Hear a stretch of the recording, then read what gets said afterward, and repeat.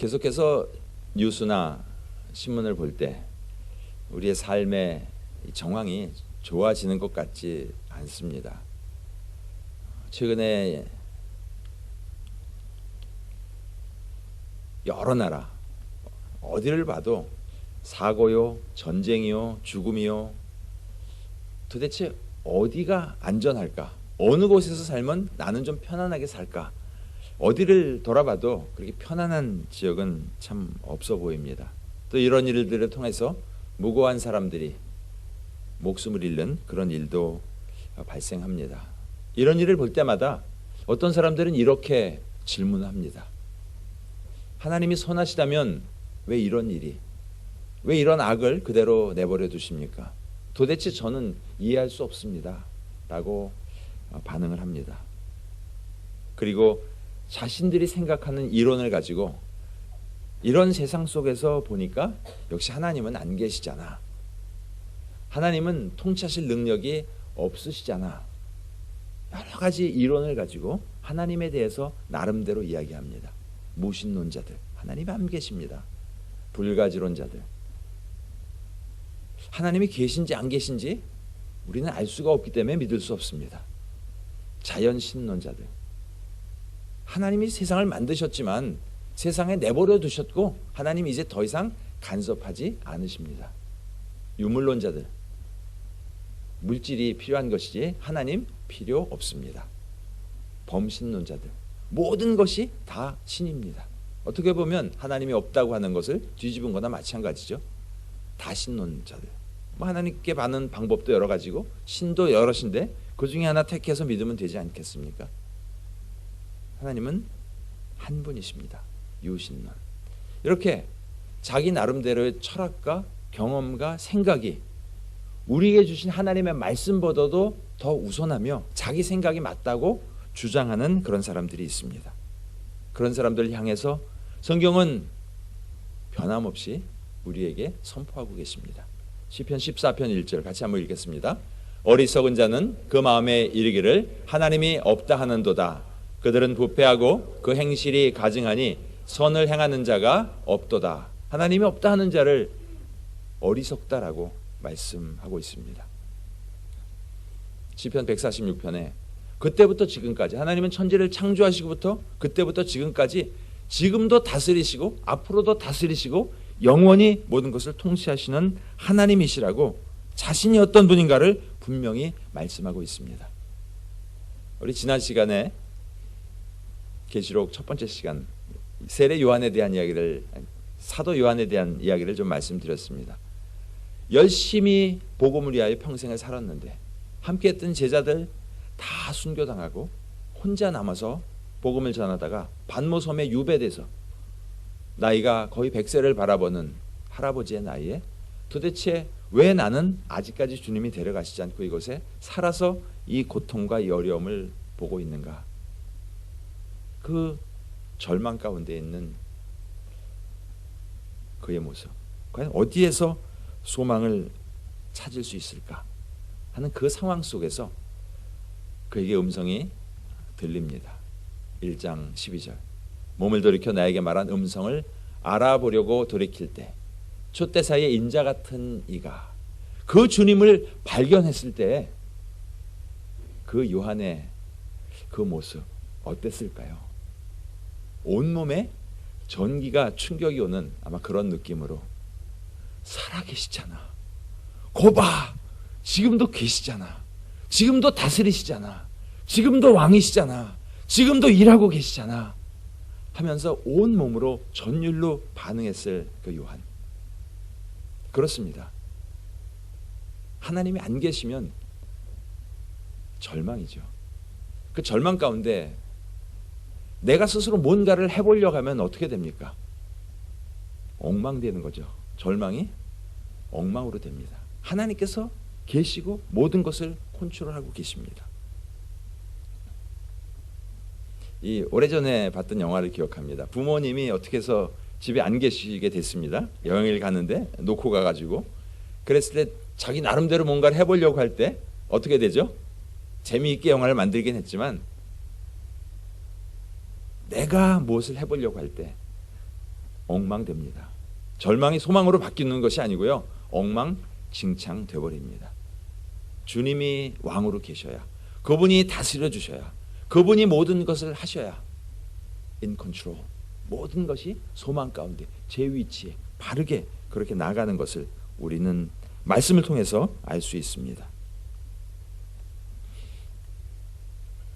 계시록 1장 17절에 그 주님이 온몸의 전율을 느끼면서 본 그 주님이 우리에게 말씀합니다.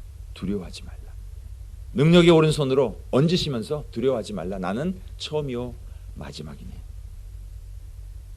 우리 주님은 세상을 창조하시고 그때부터 지금까지 모든 것을 통치하시고 인도하시는 분이십니다.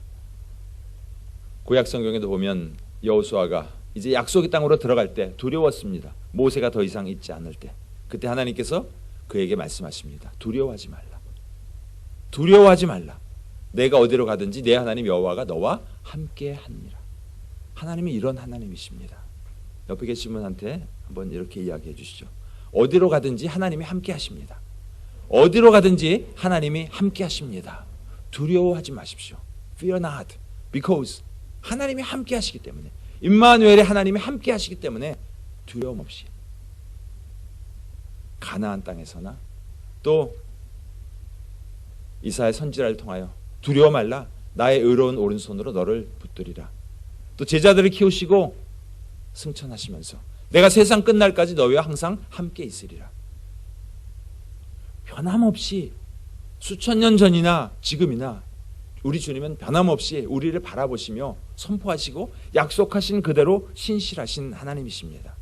우리 눈에 보이지 않아도 God in control, 하나님께서 모든 것을 통치하시고 하나님이 바라보고 계시고 우리와 함께 하신다는 사실을 믿음의 눈으로 바라보며 나가실 수 있기를 주님의 이름으로 축복합니다. 초림의 구원자로 오신 예수 그리스도, 참 아기 예수로 말구 위에서 초라하게 오셨습니다. 그러나 심판자로 다시 오실 우리 주님, 만왕의 왕이신 그 주님의 모습이 어떠한지 오늘 함께 읽은 본문에 길게 기록되어 있습니다. 그리고 지금은 아직은 주님의 나라가 완전히 이루어지지 않았지만 계시록 11장 15절에 말씀하십니다. 우리 주와 그의 그리스도의 나라가 되어 주님이 다스리시는 나라, 주님이 통치하시는 나라, 예수 그리스도가 왕이신 그 나라가 임한다고 말씀하고 계십니다.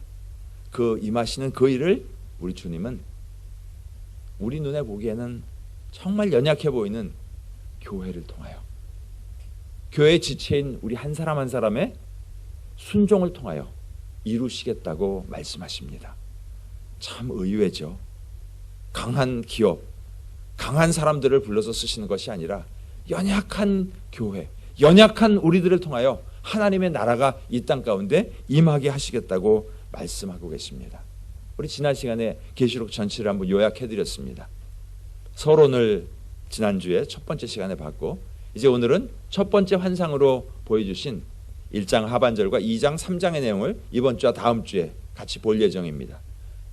그 하나님의 나라가 임하는 그것을 지상에 있는 이 교회들을 통하여 하시겠다고 하시는 이 하나님의 말씀, 이 부분을 이제 이번 주와 다음 주에 집중해서 볼 예정입니다. 지난주에 말씀이 뭐였죠? 예수님이 소망이십니다. 다시 한번 옆에 계신 분에게 인사하시죠. 예수님이 소망이십니다. 예수님이 소망이십니다. 그런데 예수님이 소망이시려면요, 어떻게 되어야 되냐면 예수님이 왕이셔야 합니다. 그분이 내 집에 손님으로 와 계신다든지 그분이 내 집에 헬퍼로 와 계신다면 예수님은 소망을 주시기에 우리가 너무 제한하는 것이 많습니다. 그분이 내 삶의 왕이십니까? 나의 삶의 모든 영역에 그분이 왕이십니까? 그분이 다스리시고 계십니까? 그분이 말씀하시는 그 말씀대로 온전히 순종하고 계십니까? 그럴 때 예수님이 소망이시고 예수님이 우리의 모든 삶을 다스리시게 됩니다. 내 삶 가운데 주님은 진정 왕이신지, 그분이 모든 것을 통치하고 계시는지, 나는 그분의 말씀 앞에 온전히 순종하고 있는지 나의 삶을 다시 한번 돌아보실 수 있기를 주님의 이름으로 축복합니다. 그 주님은 이 교회를 다스리고 계십니다. 왜냐하면 연약해 보이는 교회를 통하여 하나님의 나라가 이 땅 가운데 임하게 하시겠다고 마지막 때에 쓰실 하나님의 도구가 교회라고 말씀하십니다. 교회를 다스리고 계십니다. 교회는 주님의 교회입니다. 큰 교회, 작은 교회, 개척교회, 대형교회 아니요. 다 주님의 교회입니다.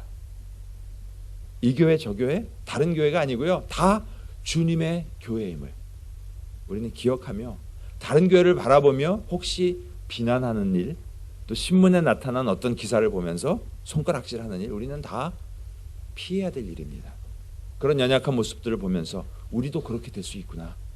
오히려 반면 거울로, 반면 교사로 삼아서 주님 앞에 더욱더 건강하고 거룩한 그런 우리 교회를 세워 나가야겠습니다. 소망의 주님께서 앞으로 일어날 일들에 대하여 이제 사도 요한을 통해서 말씀하십니다. 아주 중요한 메시지를 전하시면서 그 메시지를 어디다 전달하라고요?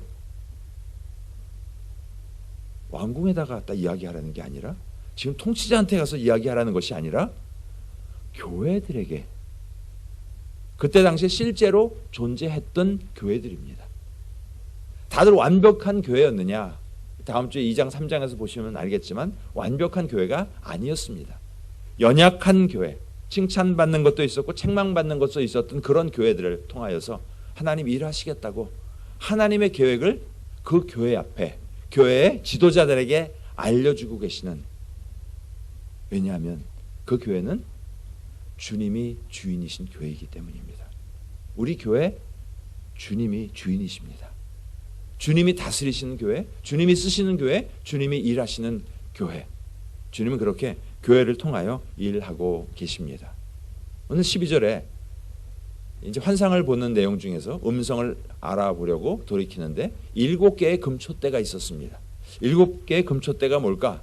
이 환상을 여러 가지로 해석할 수 있지만 너무 깊이 해석할 필요는 없고요. 13절에 촛대 사이에 인자 같은 이가, 그 7 금촛대 사이에 인자 같은 이, 즉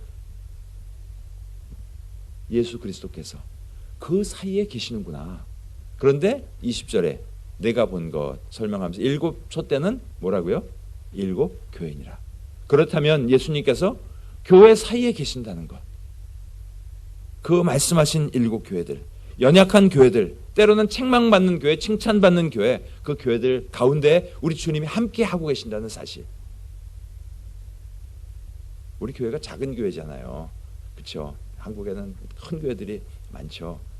그러나 그럼에도 불구하고 우리 교회 예배 가운데, 우리 교회 사역 가운데, 모임 가운데, 선교 가운데, 구제 가운데 주님이 함께하고 계시고 바라보고 계시고 그것을 통하여 하나님의 나라가 임하도록 일하고 계시는 교회임을 우리는 기억해야 하겠습니다. 주님이 계시다는 사실. 주님이 계시면 더 신경이 쓰일까요? 제가 언젠가 안식월을 이렇게 갔을 때 우리 부목사님에게 제가 없으니까 편하죠. 그랬더니 뭐라고 반응했을까요? 목사님 오시니까 너무 좋아요. 뭐 이렇게 생각하고 결정해야 될 게 이렇게 많은지 몰랐어요. 목사님 오시니까 이제 다리 뻗고 잠잘 것 같아요. 그러면서 이렇게 저를 이렇게 바라보는데 제가 굉장히 흐뭇하더라고요. 목사님 안 계셔도 돼요 했었으면 큰일 날 뻔했는데 주님이 우리 예배 가운데 이곳에서 함께 앉아 계시고 우리 예배를 받으시고, 또 친교부에서 봉사할 때, 아이들을 안고 섬길 때, 주일학교에서 주님이 함께 하시고 모든 것을 그 사이에서 보시고 함께 이끌고 계신다는 주님의 늘 함께 하심을 여러분 기억하며 나가실 수 있기를 주님의 이름으로 축복합니다. 교회 가운데 계시겠다고, 그리고 교회를 통하여 일하시겠다고 말씀하십니다. 교회가 도대체 뭐길래, 도대체 주님에게는 교회가 뭐길래, 여러분에게는 교회가 뭡니까? 교회가 무엇입니까? 그냥 주일날 예배 한번 드리고 가는 곳이 교회입니까? 우리 주님께는 교회가 도대체 뭐길래 이 중차대한 앞으로 일어날 모든 일을 교회를 통해서 일하시겠다고 교회의 사자들을 불러서 이 메시지를 알려주시는가? 교회가 그렇게 주님에게는 소중한가? 마태복음 16장에 말씀하셨죠. 이 교회는 내 교회다. I will build my church. 사도들을 부르셨잖아요. 제자 삼으셨잖아요. 왜 그들을 훈련시키시고 제자 삼으셨는가? 그들을 통하여 교회를 세우셨습니다. 사도행전 1장부터 마지막까지의 주제가 교회이지 않습니까? 교회가 세워져 가고, 교회가 성장해 가고, 교회가 확립되어 가고, 교회가 세상 속으로 들어가는 내용을 사도행전 1장부터 28장까지 다 기록하고 있습니다. 주님의 교회라고 분명히 말씀하고 계십니다. 또 하나님이 자기 피로, 피값으로 지불을 하고 사셨다고. 그래서 값이 너무 고귀해서 priceless, 값을 매길 수 없다. 교회는 주님 앞에 이렇게 고귀한 것입니다. 에베소서에는 이렇게 표현합니다.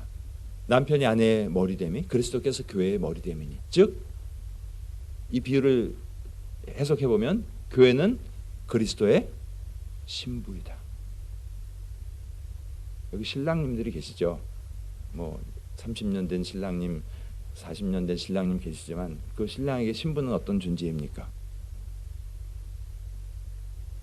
예나 지금이나 변함없이 내가 목숨 걸고 지켜야 될 존재죠. 형제님들이 별로 아멘 안 하시네요.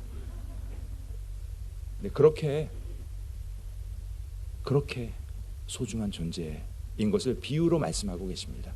그리스도께서 교회를 사랑하시고 그 교회를 위하여 자신을 주심같이, 즉 신부를 위하여 신랑은 목숨을 내어 놓아야 될 만큼, 즉 예수님은 교회를 위하여 목숨을 내어 주셨습니다.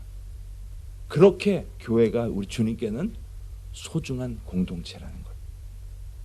그저 우리가 보기에는 뭐 조직적인 것도 아닌 것 같고, 돈도 별로 없는 것 같고, 뭐 이렇게 탁월한 사람이 있는 것 같지도 않고, 좀 힘없어 보이잖아요. 그러나 우리 눈엔 그렇게 보여도 우리 주님의 눈에는 세상의 어떤 것보다도 가장 소중한, 다른 어떤 것과도 바꿀 수 없는 독생자를 값으로 치르시고 사신 그 교회, 나는 이 교회를 소중하게 여기며 이 교회를 통하여 하나님의 나라가 임하도록 교회를 쓰겠다라고 분명하게 선포하고 계십니다. 생명과 바꾼 소중한 존재, 주님이 이 땅에 남겨놓으신 것이 교회입니다. 피값으로 우리를 자녀 삼으시고 공동체를 모으시고 주님의 나라가 임하도록 주님의 유업이 교회라는 사실, 옆에 계신 분한테 다시 한번 기억시켜 주시죠. 교회는 주님의 유업입니다. 교회는 주님의 유업입니다. 주님이 일하시는 정말 소중한, 주님이 목숨 걸고 지키신 교회, 그렇게 세우신 교회, 그 교회를 통하여 일하시겠다고 말씀하십니다. 즉 교회가 주님의 전부입니다. 그 교회에 내가 한 지체 되었다는 사실, 이것은요 대기업에 입사했다는 것과 비교할 수 없을 만큼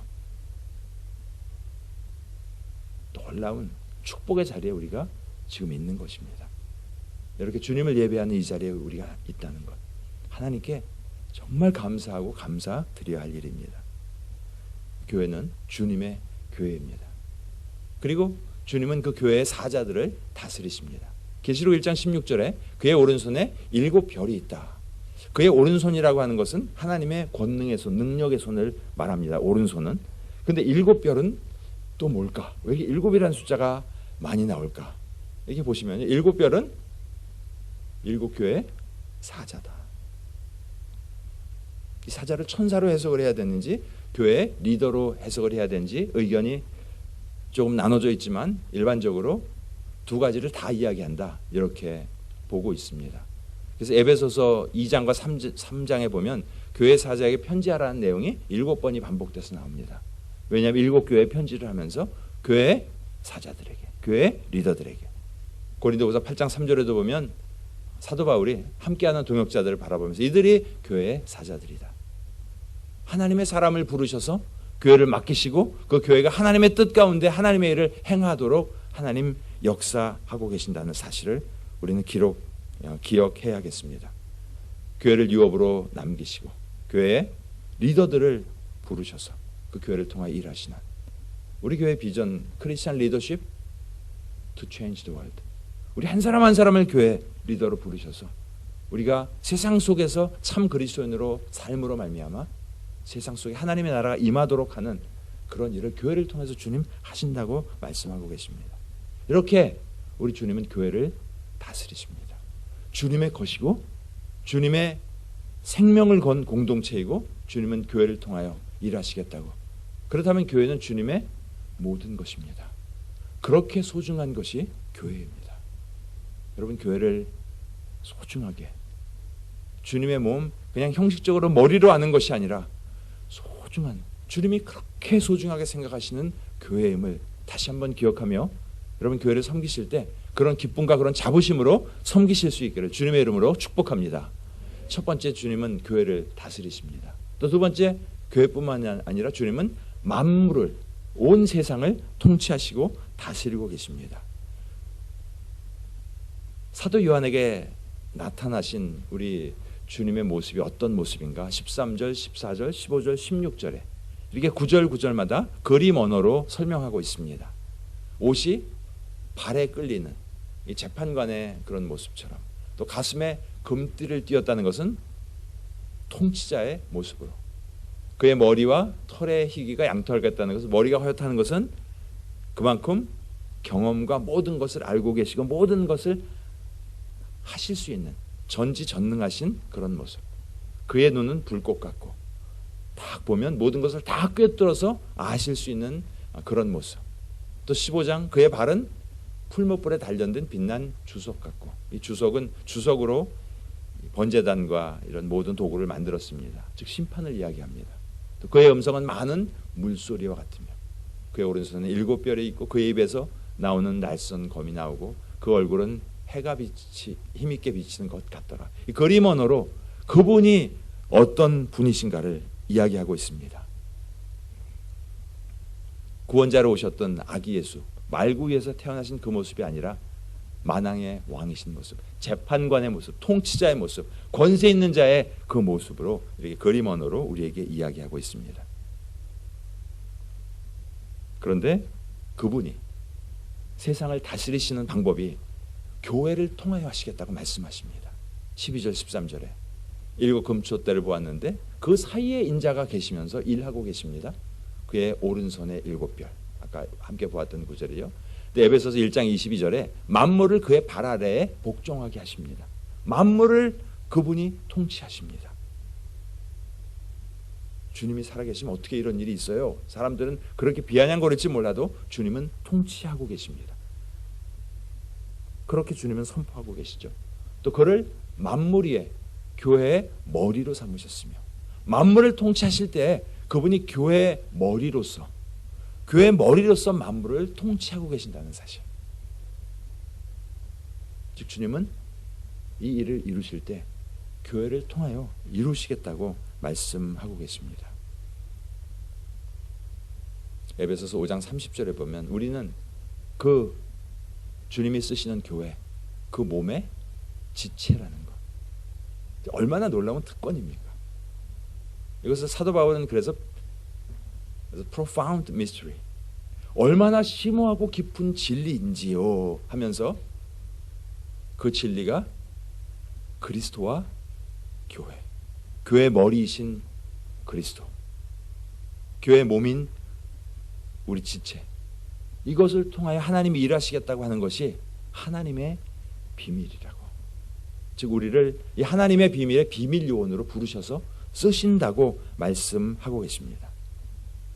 그만큼 교회에 대하여, 우리 사역에 대하여, 우리의 삶에 대하여 주님은 관심을 가지고 계십니다. 관심을 갖고 있다는 이야기는 그만큼 사랑하신다는 말씀입니다. 계시록 2장과 3장을 잘못 읽으면요, 그냥 책망받고 그냥 떨어져서 크게 심판받고 없어져라 뭐 이런 이야기가 아니고요. 얼마나 그 교회를 기대하시며 바라보시며 그 교회가 바르게 영향력 있는 교회로 서기를 원하시면 그렇게 책망도 하시고 칭찬도 하시고 모든 것을 다 보고 계시고 그 사이에서 말씀하시는 주님이심을 우리는 알 수 있습니다. 단지 그때 2000년 전에 있었던 그 7교회만을 말씀하시는 것이 아니고요. 그 7교회는 또 지금 이 시대에 섬기고 있는, 우리가 섬기고 있는 교회를 포함한 이 시대의 교회들을 다 포괄해서 이야기하고 있습니다. 우리의 모든 것 바라보시고 기대하고 계신다는 사실.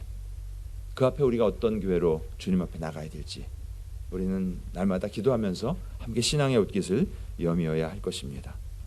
그렇게 우리의 교회를 통하여 주님이 일하시겠다고, 직접적으로 말씀드리면 나를 통하여 일하시겠다고 주님 말씀하시는데, 그렇죠? 교회 지체인 나를 통하여 하나님의 나라가 이 땅에 임하도록 일하시겠다고 하시는데, 그렇다면 나는 어떠한 고백으로 하나님 앞에 나가야 되겠습니까? 주님, 나를 다스려 주옵소서. 나의 왕이 되어 주옵소서. 주님을 왕으로, 그래서 나를 구원하시고 십자가에서 죽으시고 피 흘려 죽으신 그분, My Lord, 이렇게 돌려서 이야기하는 거 말고 직접적으로 그분이 나의 왕이십니다. 왕으로 고백하는, 또 왕으로 섬기는, 그렇게 순종하는 그런 저와 여러분이 되시기를 주님의 이름으로 축복합니다. 그분이 어떤 분이신가 계시록 1장 8절에 너무나 반복해서 말씀하고 계십니다. 알파와 오메가다. 즉 A to Z, 처음부터 끝까지, 즉 창조부터 모든 섭리와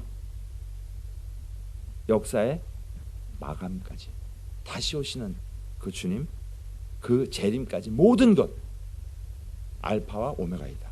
이제도 전에도 장차 시간을 초월하시는 분이시네요. 왜냐하면 그분은 시간을 만드신 분이시기 때문에. 시간을 초월하시는 하나님이시면 전능한 자라 반복해서 왕이신 예수님, 그분이 하나님이심을 선포하고 계십니다. 17절에 다시 말씀합니다. 나는 처음이요 마지막이다. 곧 살아있는 자라. 지금도 살아계셔서 그런데 전에 죽었었노라. 무엇을 말씀합니까? 이 땅에 육신을 입고 오셔서 우리의 죄를 대속하기 위하여 십자가에서 죽으셨었던 사실을 분명하게 말씀합니다. 그리고 지금은 다시 살아나셨다는 것, 죄 없으시기 때문에 그분이 하나님이심을 다시 한번 선포하고 있습니다. 이제 세세토록 살아있어 사망과 음부의 열쇠를 가졌노니, 모든 것을 다 컨트롤하시는 하나님이심을 분명하게 말씀하십니다. 왕이신 그분, 그분이 하나님이십니다. 옆에 계시면 한번 이야기해 주시죠. 왕이신 예수님이 하나님이십니다. 왕이신 예수님이 하나님이십니다. 왕이신 예수님, 그 하나님이 우리의 교회 가운데, 우리의 삶 가운데 하나님의 나라가 세워지는 그 일에 우리를 쓰시기를 원하신다는 사실, 그 놀라운 사실 앞에 사도 요한의 모습은 어떠했습니까? 1장 17절 같이 한번 읽겠습니다. 내가 볼 때에 그의 발 앞에 엎드러져 죽은 자 같이 되매. 사도 요한이 예수님하고 얼마나 친했죠? 많이 친했죠. 예, 많이 친했습니다. 요한복음 13장 23절에 보면요, 예수의 품에 의지하여 누웠는지라. 제자들 중에 나이도 어리고 10대 막내였기 때문에 주님한테 어리광 부리면서 주님의 땀 냄새 맡고 주님한테 주님이 잡수시려고 그러는 거 저도 주세요 먹고, 아마 이렇게 정말 친밀하게 주님하고 같이 지냈습니다. 그러나 그 주님이 소망 가운데 다시 나타나셨을 때 그 주님이 어떤 분이신가를 다시 한번 알고는 그는 요한복음에서 주님을 대했던 모습으로 주님을 대할 수가 없었습니다. 왕이신 그분, 온 세상을 통치하시는 창조자이신 그분, 하나님이신 그분 앞에 그는 완전히 엎드려져서 주님, 왕이십니다. 나를 다스려 주옵소서. 나의 생각과 나의 일과 앞으로의 일정과 모든 것 주님이 통치하여 주옵소서. 그런 믿음의 고백으로 주님 앞에 엎드려져 있는 그런 모습을 보이고 있습니다. 이것이 우리의 주님을 향한 믿음의 고백이어야 하겠습니다. 주님이 소망이시고 구원자이시고 나의 주님이시고, 네, 다 맞습니다. 그러나 그분이 왕이실 때, 그분이 나의 삶을 통제하실 수 있을 때, 나의 모든 통제권을 주님 앞에 내어드릴 때 그분은 절망을 소망으로 바꾸십니다. 캄캄하고 해결되지 않을 것 같은 그 일을 주님은 하실 수 있습니다. 죽은 자를 살리시는 그분이 우리의 삶 가운데 막혀있는 그 부분 주님은 하실 수 있습니다. 언제요? 주님을 왕으로 모실 때, 주님 행하시옵소서. 나의 생각과 경험과 모든 것은 내려놓습니다. 주님이 다스리시고 주님이 행하시옵소서, 주님만 영광 받아 주옵소서 이렇게 올려드릴 때 주님은 우리의 삶 가운데, 절망 가운데 있는 이 삶을 진정 소망의 삶으로 바꾸시는 분이십니다. 그런 우리 주님을 경험하시는 저와 여러분이 되시기를 주님의 이름으로 축복합니다. 세상은 절망적으로 보이죠. 갈수록 깜깜합니다. 내가 뭔가 하려고 하면요, 잘못 건드려 놓으면요 엉망됩니다. 그러나 아무리 엉망되어 있는 실타래처럼 풀 수 없는 그런 문제도 우리 주님이 다스리시면 소망으로 바뀌는 줄 믿습니다.